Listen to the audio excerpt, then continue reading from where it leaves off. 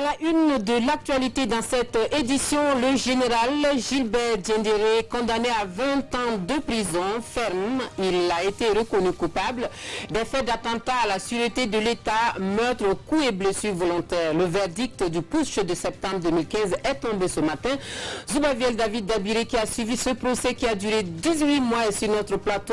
Pour les détails du délibéré, nous le recevrons tout de suite. Après les titres de ce journal, le Burkina Faso déterminé à relancer la production cotonnière en baisse depuis quelques années. Les responsables de la Sofitex sont dans les champs pour encourager les producteurs. L'étape de la zone cotonnière de Dédougou à suivre dans ce journal. Et puis la désolation aux Bahamas après le passage de l'ouragan Dorian, l'un des plus dévastateurs depuis ces dernières années.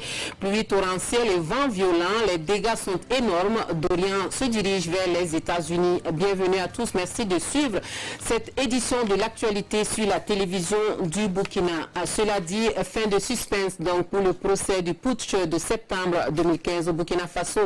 Le général Gilbert Diendéré est condamné à 20 ans de prison ferme. Il est reconnu coupable par le tribunal militaire de tous les chefs d'accusation contre lui. Le verdict du procès qui a tenu en haleine les Burkinabés de l'intérieur et de l'extérieur donc pendant 18 mois est tombé ce matin 2 septembre 2019 comme prévu. Zoubavier David Dabiré a suivi le procès de bout en bout. Il est sur notre plateau. Bonjour donc David. Bonjour Maghrib, bonjour alors, à tous. Dites-nous finalement comment ça s'est passé en fin de compte ce procès. Alors ce matin, vous savez que depuis le 27 février 2018, la salle de banquet de Ouagadougou 2000 a été transformée en siège du tribunal militaire de Ouagadougou où se déroulait le procès putsch de septembre 2015. Alors après 18 mois, vous venez de le rappeler, après 18 mois de débats procéduraux et au fond, nous avons le verdict ce lundi 2 septembre 2019 et de ce verdict on peut retenir la condamnation à 20 ans de prison ferme du général Gilbert Diendéré présenté depuis le début de cette affaire comme la figure de proue du putsch de septembre 2015. Alors à sa suite, vous avez 10 ans de condamnation ferme pour le général Djibril Bassolé pour trahison. Et pêle-mêle pour aller un peu plus vite sur cette question de peine, 11 ans de prison ferme ont été requis pour les capitaines Hussein Zombri et Dao, qui étaient de l'ex-RSP aussi. Alors, il y a eu aussi des acquittements à ce procès. 7 personnes ont été acquittées pour infraction non constituée et au bénéfice du doute. Il s'agit du colonel Omer Batuno, le capitaine Gaston Ouedraogo, le sergent Boué Médard, le major Koumbia Moutouan, Fatmata Thérèse Diawara, qui avait été impliqué dans cette affaire pour les communications et téléphoniques, a été acquitté au bénéfice du doute. Le caporal Ishaka Ouedraogo et le bâtonnier, l'ex-bâtonnier, l'ancien bâtonnier de l'ordre des avocats burkinabé, Traoré Mamadou, qui avait été inculpé dans cette affaire, est lui aussi acquitté au bénéfice du doute. Alors, quelle est l'ambiance ce matin au tribunal militaire? Quelle était l'ambiance qui y régnait? Alors, c'est une ambiance de grand jour, comme on en voyait rarement maintenant au tribunal militaire, parce que dès le début, c'était une foule de grands jours. Et après, au fil du procès, l'engouement n'était plus au goût du jour. Mais aujourd'hui, nous avons remarqué une forte mobilisation des populations, aussi bien des victimes, des parents des victimes, des parents d'accusés et des organisations de la société civile qui ont pris d'assaut et la salle de banquet de Ouagadougou 2000 transformée, je le disais, en siège du tribunal militaire de Ouagadougou depuis plus d'une année maintenant. Alors c'était une salle pleine comme un œuf avec des populations disciplinées. Voilà, c'est aussi ce qu'on peut retenir. Ils étaient vraiment disciplinés. Maintenant, bon, c'est à la sortie, après la livraison du verdict, bon, on a pu recueillir un certain nombre de réactions. Bien sûr, des réactions d'avocats et des réactions de population. Alors, et ce qu'on peut retenir, c'est que c'est un procès qui est différemment apprécié selon que l'on soit parent de victime ou encore parent d'accusé. Okay. Et justement, après la décision de justice, donc les avocats des partis civils se félicitent de la tenue du procès pendant que ceux de la défense, eux, crient donc à une justice à double vitesse. Pour eux, justice n'est pas rendue. Réaction au micro de Draman Guéné. Vous savez, dans un procès, il n'y a jamais totalement la vérité, mais qui l'eût cru qui eût cru un jour que le général Diendéré, le général Bassolé et tous ces militaires qui, il y a quelques années de cela, étaient les hommes forts de ce pays, pourraient répondre à des questions de simples victimes. Pour nous déjà, c'est ça, la victoire dans ce procès. Et ce que nous espérons, c'est que ce verdict, ce procès, soit le glas sonné pour tous ceux qui pensent qu'on peut accéder par la force au pouvoir au Burkina Faso, surtout en assassinat. C'est surtout ça notre grande satisfaction. Mais il faut dire quelque part que même les victimes, elles vous le diront, il y a une certaine tristesse parce que nous aurions été satisfaits de ne même pas nous retrouver au procès avec des frères qui ont tiré sur nous à des jours où nous n'avions rien fait, où nous étions désarmés. Donc ce que je pense, c'est que c'est une victoire pour le peuple burkinabé, c'est une victoire pour l'état de droit ce procès. 20 ans, c'est excessif. C'est excessif, d'autant plus que nous critiquons la motivation du tribunal. L'attentat à la sûreté de l'État, ça qui est-ce qu'il y avait un État légal? Nous avons posé cette question le 16 septembre. La compréhension générale, un coup d'État, bon, c'est comme ça, chacun a une idée du coup d'État. Mais chez nous, on a visé des dispositions qui disent qu'il faut renverser par la violence un régime légal. Alors la question qu'on se pose tout de suite, c'est quoi un régime légal? C'est quoi un régime légal? On a la réponse dans la Constitution. L'article 167 dit que tout pouvoir légal doit tirer sa source de la Constitution. Le pouvoir qui ne tire pas sa source de la Constitution est illégal. L'article a dit ça clairement. Or, le pouvoir qui était en place le 16 septembre était assis sur une charte et non la Constitution. Donc, il n'y avait pas de régime légal. Oui, la trahison a été retenue. Mais maintenant, nous ne savons pas quels sont les motifs que le juge a pour soutenir la trahison. Parce que pour notre part, il n'y a pas de trahison. Puisque la trahison, c'est de porter des armes contre un État. Et comme tout le monde le sait, M. Bassolé n'a jamais porté d'armes contre l'État du Burkina Faso. Je ne peux pas décider si je fais appel. Il faut savoir que le dossier relève de la décision souveraine de M. Bassolé. Lui seul pourra décider, quand je vais lui annoncer les décisions des juges, si il faudra relever appel ou non. Voilà donc les réactions des avocats. Zoubaviel, quelle est la suite que l'on pourrait attendre de ce procès? Alors justement, à partir de demain, 3 septembre 2019, il y a la suite du procès pour ce qui concerne les fugitifs, les personnes qui n'ont pas été jugées, qui ont été inculpées dans cette affaire et qui sont soit en fuite ou qui n'ont pas pu être soumis à la décision de cette justice. Alors c'est une décision par contumace peut-être qui sera rendue à partir de demain. Alors pour la suite, les condamnés ou toute autre personne qui est dans cette procédure peut faire appel dans les 15 jours à venir. C'est ce que stipule la loi. Et si les 15 jours passent, s'il y a appel, alors l'affaire sera portée devant la deuxième chambre du tribunal militaire et de Ouagadougou pour être jugée en fait et en droit. C'est-à-dire que théoriquement, les faits seront jugés tels qu'on l'a connu à cette étape-là. Il y aura encore un juge, un tribunal qui sera constitué pour rejuger encore les faits, si vous voulez. Et si à ce niveau-là, il y a encore peut-être une sorte d'insatisfaction, l'affaire peut être maintenant portée à la Cour de cassation qui juge en droit. C'est-à-dire qu'on regardera peut-être la procédure de voir si tout a respecté les règles et on va prononcer une décision finale. Voilà, okay. C'est un peu comme ça que les choses devraient se passer. Merci voilà, beaucoup. En principe. Voilà ce qu'on pouvait retenir donc du verdict du putsch de septembre 2015, verdict qui est tombé ce matin. Donc vous restez avec nous pour la suite de notre journal. La chaîne de solidarité en faveur des déplacés internes au Burkina Faso qui se poursuit. Ceux dans le Namentenga reçoivent 8 tonnes de vivres de la part d'un fils de la localité. La province accueille à elle plus de 27 000 déplacés qui ont besoin de logement, de soins, de santé, de nourriture et de scolariser leurs enfants. C'est une marque de générosité donc qui soulage les responsables des communes hôtes des réfugiés. Roger Bembamba, Olopoda. C'est une solidarité envers les déplacés internes de la province du Namentenga qui s'exprime ici. 8 tonnes de vivres obtenues grâce à la générosité de Patrice Kouraogo, un natif de la province. Et ces vivres sont répartis entre les communes de Yalogo, Bouroum, Nagbingo et Tougouri.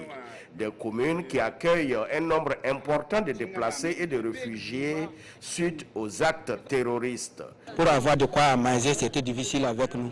Mais comme on a eu ces dons-là, vraiment, nous sommes très contents, nous sommes très fiers. Nous avons aujourd'hui plus de 27 000 personnes déplacées. Et pour ce qui concerne l'alimentation, comme vous l'avez constaté, ils sont vraiment en manque. Et les abris, c'est pareil.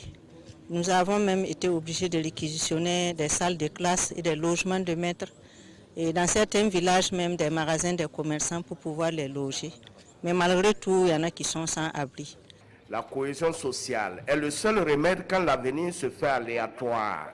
Une conviction partagée par le donateur du jour qui, à travers son geste, entend témoigner sa compassion à ces personnes en situation difficile et surtout accompagner les communes bénéficiaires dans leurs œuvres sociales. Le gouvernement, les autorités font des efforts, mais les besoins sont certainement immenses. Donc, dans ce sens-là, il faut que chacun apporte sa contribution, car le pays nous appartient et ceux qui souffrent, ce sont nos frères, c'est nous-mêmes. Comme on l'a encore dit, ça peut être vous, eux, aujourd'hui, demain, même dans quelques secondes ou heures, ça peut être nous. Donc, c'est cet appel-là que nous lançons. La solidarité, cette valeur africaine cardinale, doit de la vie de Patrice Kouraogo se conjuguer au pluriel pour conjurer l'extrême pauvreté. C'est pourquoi il appelle les personnes de bonne volonté de la province à s'unir pour la cause des déplacés internes du Namentenga. Et face aux défis de la sécurité alimentaire, la FAO et ses partenaires optent pour des innovations dans les organisations paysannes. En milieu pastoral, les champs écoles agro-pastoraux en font partie. Les acteurs agricoles sont réunis à Ouagadougou en vue de s'approprier les dernières techniques pour booster les productions agricoles. Reportage Amadou Marcelto. Dans sa mission d'éradication de la famine et de la malnutrition, la FAO prend un nouvel élan au Burkina Faso. Renforcer la résilience des populations pastorales et agro-pastorales transfrontalières dans les zones prioritaires du Sahel. C'est d'abord créer des espaces au niveau rural pour les populations, partager des connaissances, trouver des solutions. Différentes approches ont été testées et adoptées, notamment l'association villageoise d'épargne et crédit. C'est une façon de contribuer pour l'autonomisation financière des populations rurales pour renforcer leurs activités génératives de revenus de façon durable. La mise en place de ce projet intégrant la résilience climatique à la production agricole et pastorale pour la sécurité alimentaire n'est pas seulement l'affaire de la FAO. L'Union européenne est également intéressée. Et bien sûr, nous soutenons ces projets financièrement. Nous soutenons les Burkina Faso dans pas mal de secteurs. Évidemment, la question de la nutrition, la question de l'agriculture, la question de l'élevage, c'est clé. Nous sommes actifs, comme on a dit, dans les GlobeNet, dans une situation, dans des quantités de 9 millions d'euros en général, et qui, disons, représentent pour le Burkina Faso 1,6 milliard, ce qui est une quantité considérable. Les différentes approches étant dévoilées aux acteurs agricoles, les partenaires techniques et financiers nourrissent une seule ambition, celle de voir augmenter les productions dans les zones rurales vulnérables. Le gouvernement burkinabé qui encourage fortement la relance de la production cotonnière, c'est le message que les responsables de la Société des fibres et textiles sont allés porter aux producteurs dans la zone cotonnière de Dédougou. Le directeur général de la Sofitex poursuit sa tournée dans les champs à travers les régions cotonnières pour constater la situation de la campagne. Un reportage Lassina Ouattara et Christophe Traoré. C'est un directeur général de la Société des fibres et textiles du Burkina, Sofitex, qui brave ici les intempéries pluviales et climatiques pour aller à la rencontre des producteurs de la région cotonnière de Dédougou. Une visite qui entre dans le cadre du suivi ordinaire de la campagne cotonnière et surtout vise à motiver les producteurs pour la relance de cette filière au Burkina. C'est une équipe pluridisciplinaire qui sort et nous observons donc, nous faisons l'observation des parcelles et nous donnons notre diagnostic et nous prodiguons des conseils à la fois aux producteurs et également aux dispositifs d'appui conseil. La région cotonnière de Dédougou couvre les provinces de Mouhoun, de la Kossi et de Bangwa. Environ 100 hectares de superficie emblavée visitée sur 104 000 hectares donnent des motifs de satisfaction. Je dois dire que la situation des emblavures est satisfaisante. Dans la mesure où nous avons vu des parcelles dont les semis ont été donc des semis normaux et qui, dont le développement des cotonniers en tout cas, est très prometteur. Pour arriver à ces résultats positifs, les producteurs ont la réponse. Le défi qui reste, c'est les traitements, l'entretien sur les traitements, le contrôle du parasitisme au niveau du champ. C'est ça qui reste, une bonne pluviométrie pour la fin. Dans la région cotonnière de Dédougou, la Sofitex a mis en place à crédit des intrants de l'ordre de 10 milliards 400 millions de francs CFA et 2395 tonnes d'intrants pour les céréales. En début de campagne, sur l'ensemble des 7 régions cotonnières du Burkina, la Sofitec compte obtenir 500 000 tonnes de coton graines.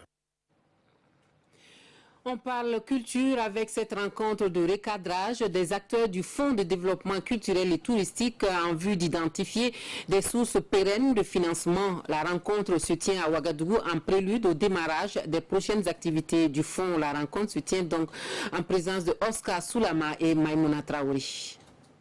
3 ans d'existence et plusieurs projets déjà réalisés. Le Fonds de développement culturel et touristique est à la recherche de sources pérennes de financement. Comment mettre en synergie l'ensemble des acteurs, outils et méthodes pour construire un modèle de financement du secteur?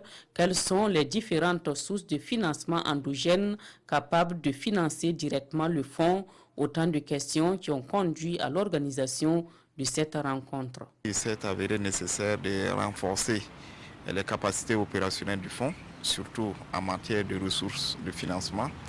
Donc nous avons, au regard du fonctionnement de ces dernières années, tiré la conclusion qu'il nous faut aller vers des sources pérennes pour approvisionner le fonds. C'est le lieu ici pour ces acteurs d'identifier des sources de financement, de définir les opportunités de ces sources de financement pour le développement du secteur culturel et touristique et d'élaborer un document de plaidoyer. Nous allons réfléchir donc avec les directions techniques, avec le secteur privé, avec les administrations en charge des questions de finances, et pour qu'ensemble nous puissions dire que le Fonds de développement culturel et touristique, bien que nous bénéficions de l'accompagnement de l'État, il va falloir que nous puissions de façon stable et structurelle trouver nos propres moyens. Les travaux vont durer 2 mois et le document qui sera issu des réflexions fera l'objet d'un atelier national de validation en fin octobre. Cette autre rencontre d'échange et d'information sur la nouvelle stratégie nationale de protection de l'enfant au profit d'une trentaine de journalistes et communicateurs. Il est surtout question de sensibiliser les hommes de médias sur l'ampleur des violences faites aux enfants et solliciter leur implication dans la mise en œuvre de la nouvelle stratégie. Issaka Fando, Issaka Nana. Mutilation génitale féminine, violence physique, psychologique, émotionnelle, ce sont entre autres sévices dont les enfants sont victimes au Burkina Faso, selon le secrétariat permanent du Conseil national pour l'enfance. En dépit des multiples campagnes de sensibilisation en matière de protection de l'enfant, ces pratiques sociales perdurent. Le secrétariat permanent du Conseil national pour l'enfance tire la sonnette d'alarme. En 2018, la dernière étude fait état de plus de 15% de prévalence des violences faites aux enfants. Et 65,7% des familles génèrent des violences à l'encontre des enfants. Et vous avez à 3,1% des enfants qui ont connu une expérience de violence sexuelle au Burkina en 2018. Mais bien plus, 94% des parents sont auteurs de ces violences. Et au regard de la situation, le Burkina s'est donc engagé dans l'élaboration d'une stratégie 2019-2020 de protection de l'enfant. Un document dont le contenu est ici présenté aux hommes de médias afin de recueillir les avis sur les différentes orientations de la stratégie. Nous pensons que vous devez vous approprier les orientations que le gouvernement a eu à proposer pour réduire ces violences.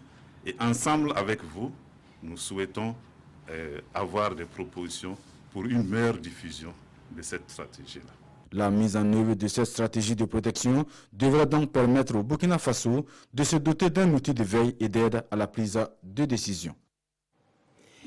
Les gens de maison ont des droits et ils les réclament. Les gens de maison, ce sont les aides ménagères communément appelées bonnes, les boys et autres servants. Regroupés en association au sein de l'Union des gens de maison du Burkina Faso, le 8e congrès de l'UJMAB porte sur la protection sociale et le travail décent. Amadou Ilboudo, Jérôme Tendano pour les précisions. Les employés de commerce, gardiens, domestiques de maison, regroupés au sein de l'Union des gens de maison du Burkina UGMB, veulent défendre leurs droits. À ce 8e congrès de leur organisation, ils mènent la réflexion sur la protection sociale et le travail décent pour tous. La régulation de leurs conditions de travail, le paiement effectif de leur salaire et la déclaration des employés à la Caisse nationale de sécurité sociale CNSS sont autant de sujets qui alimenteront les débats pendant ces 48 heures de conclave. Ce 8e congrès ordinaire de l'UGMB se tient dans un contexte de situation dégradante et emploi précaire pour les travailleurs et travailleuses de notre secteur Burkina Faso. Climat, déni de protection sociale, arriérés de salaire, humiliation et exploitation sont entre autres le calvaire que vivent certains de nos militants et militantes face à des employeurs indélicats et inconscients qui font semblant d'oublier que la loi est générale même chez les tout-petits. La preuve est que le Code du travail, dont sa relecture a commencé en 2017 et qui reste toujours en suspens ou bloqué, avec la complicité des mêmes employeurs du patronat privé, voulant tous accaparer à leur profit. L'Union des gens de maison du Burkina appelle l'État à jouer pleinement son rôle d'autorité en accélérant la procédure de ratification de la Convention de l'Organisation internationale du travail numéro 0181 de 1997 pour une protection sociale plus accrue et un meilleur traitement pour les acteurs des professions parfois jugées précaires. Et la fraternité qui est magnifiée dans le Salmatenga ce week-end sur fond de promotion du développement local malgré le contexte sécuritaire. La première journée de la fraternité portée par les ressortissants de la province à travers l'Union pour le développement de la province du Salmatenga s'est déclinée en plusieurs activités à Korsimoro et à Kaya notamment, dont de vivres et plantations d'arbres. Lassina Ouattara, Amadou Marcel To. La cohésion sociale, l'esprit de solidarité et de convivialité promu à Korsimoro dans la province du Salmatenga. Cet ensemble de vertus est désormais partie intégrante de la politique de développement de la commune. Une politique soutenue par l'Union pour le développement de la province du Salmatenga, Natigimzanga. L'objectif profond de cette journée est la culture de l'amitié, de la solidarité, de la fraternité et de la paix, qui jadis était naturelle et instinctive et procurait la joie de vivre ensemble. Ces vertus et ces qualités humaines n'étaient pas marchandables. Pour cette première édition de la journée de la fraternité, l'Union fait don d'environ 10 tonnes de vivres aux déplacés internes de la localité et 500 plants à la dizaine de la commune que compte la province. Cette journée, disais-je, vise un seul et unique but noble, celui de se convaincre davantage que nous sommes condamnés à vivre ensemble. Car notre cas concret ici est que Dieu nous a mis ensemble au Salmatenga. Et c'est à nous de libérer notre génie créateur avec nos intelligences individuelles à fédérer pour nous adapter à notre environnement et y trouver notre bonheur et attirer les autres. Par ailleurs, la promotion de la fraternité dans le Salmatenga passe par le sport. En témoigne cette séance d'aérobic dans la ville de Kaya, suivie de la finale en football entre les communes de Korsimoro et de Mani. Fin d'apprentissage au centre de formation professionnelle de référence de Zignaré. Plus de 200 apprenants ont pris part aux examens de fin d'année avec un taux de succès de plus de 90%. Les meilleurs apprenants reçoivent des récompenses à la cérémonie officielle de remise de diplôme. Voici pour vous la sortie de la 7e promotion du centre de formation de référence professionnelle de référence de Zignaré avec Idrissa Warga et Nathalie Savadogo. Ils étaient 305 apprenants au départ, toutes filières confondues. À l'arrivée, ils sont 293 apprenants à recevoir leur parchemin de fin de formation. Après la formation, je compte créer ma propre entreprise. La filière que j'ai prise, ils m'ont dit que ce n'est pas facile avec moi parce que je suis une femme et tout, mais j'ai dit quand même que comme j'ai l'amour du métier, je ne peux que me battre pour ça, quoi. Je pense qu'ils ont vraiment acquis des compétences qu'ils pourront mettre en œuvre. Et comme on l'a si bien dit, on attend également aussi beaucoup de hautes autorités afin qu'ils puissent vraiment beaucoup les accompagner parce que comme on le dit, la jeunesse est le fer de lance. L'insertion socio-professionnelle des sortants du centre de formation professionnelle de référence de Zignaré, Enjeux et défis, c'est le thème choisi pour cette 7e promotion. Pour le premier responsable du centre, ces jeunes ont été formés non seulement au métier, mais aussi en entrepreneuriat, sans oublier les échanges directs avec les entrepreneurs modèles. Oui, c'est une formation professionnelle qualifiante d'environ 12 mois, axée essentiellement sur la pratique, parce qu'on fait 75% de pratique et 25% de théorie. Donc on a bien voulu, dans le cadre de la formation de ces jeunes-là, organiser cette journée de fin de formation afin de pouvoir magnifier ces jeunes. Notre vision, c'est l'auto-emploi. Comment ces jeunes qui sont sortis là, nous allons au niveau du département ministériel, avec les fonds que nous avons, pouvoir encadrer ces jeunes-là. La promotion a pour nom de baptême Persévérance. En rappel, le centre a été primé meilleur centre de formation professionnelle du Burkina Faso à la faveur de la première édition des Olympiades nationales des métiers en 2018. Actualité de chez nous, c'est le désastre total aux Bahamas après le passage de l'ouragan Dorian qui a dévasté l'archipel. Les dégâts sont énormes. L'ouragan de catégorie 5 se dirige maintenant vers les côtes des États-Unis. Sur les îles Abacos aux Bahamas, les maisons sont éclaboussées par la mer. Les premières images du passage de l'ouragan Dorian confirment les craintes des jours passés. D'une rare puissance, les vents soufflent à plus de 300 km/h et frappent de plein fouet cet archipel des Caraïbes. Un cyclone sans équivalent selon les autorités locales. De catégorie 5, Dorian a été qualifié de catastrophique par le Centre national des ouragans américains. Après avoir touché terre dimanche aux Bahamas, il poursuit aujourd'hui lentement sa trajectoire incertaine vers les États-Unis. Il devrait toucher dès lundi soir la Floride et la Géorgie où l'état d'urgence a été déclaré. La Caroline du Nord, la Caroline du Sud et l'Alabama sont elles aussi menacées. Dans l'incertitude à Miami, les habitants restent prudents et se préparent au passage de Dorian. La ville a distribué des sacs de sable pour lutter contre les inondations et certains ont barricadé leurs habitations. Plusieurs centaines de milliers de personnes ont été évacuées. Et pour finir, les quotidiens burkinabés qui s'interrogent sur le verdict au tribunal militaire de Ouagadougou après 18 mois du procès du putsch de 2015, la revue de la presse burkinabé avec Vincent Kendrebeogo. Procès du putsch manqué, quel verdict pour les 84 accusés? Aujourd'hui, au Faso se pose la question. Deux cas retiennent le plus d'attention selon le journal. Il y a le général Gilbert Diendéré considéré comme le cerveau du coup de force raté de septembre 2015 et le général Djibril Bassolé dont le dossier est aussi emblématique, d'autant qu'il y a eu tellement de cristallisation sur son rôle dans le putsch. On sait déjà la réquisition du procureur militaire qui est la perpétuité pour ces deux hauts gradés de l'armée burkinabé. Mais ce qu'on ne sait pas, c'est si les juges vont suivre cette inquisition jusqu'au bout, écrit aujourd'hui au Faso. Et l'observateur parlera de se poser la question vers des sanctions pédagogiques ou un verdict coupéré. En tout cas, entre un verdict dur et la clémence, l'Obs semble avoir une préférence. Vu la situation sécuritaire difficile au Burkina, vu les appels à la réconciliation nationale, vu les regrets et les repentirs de certains prévenus, l'attitude ambiguë de la hiérarchie militaire au moment des faits, vu, alors le tribunal ne gagnerait-il pas à ne pas avoir la main trop lourde dans ce verdict?